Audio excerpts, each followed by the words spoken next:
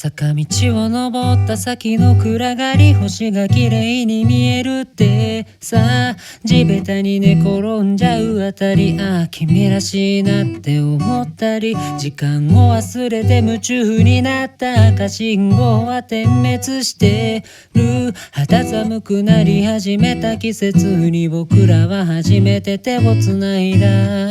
二人の物語、二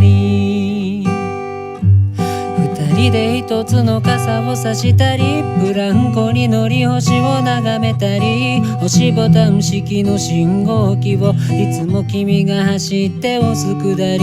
仰向けになってみた水着宙に浮いてるみたいってさ、はしゃいでる君とその横でさ、もっとはしゃぐ僕なら本当に飛べるような気がしていた。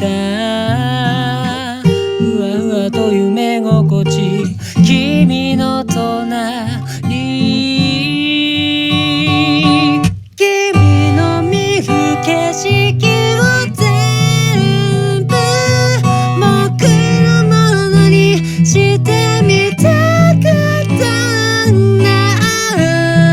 君を忘れられない。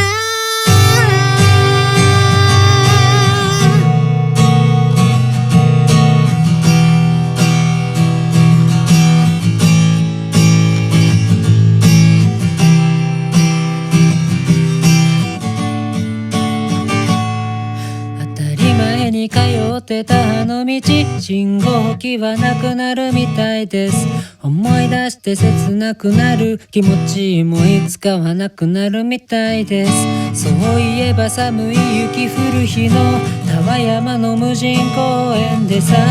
震える体暗い中いつものように笑い合う。ライトの下で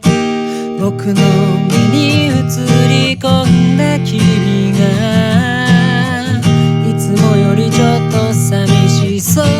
な気がした。今になってさ、思い出してさ、後悔じゃ何も解決しないさ。忘れられないのは、受け切られないのは、君を思い出にできる方の僕は強くはないから。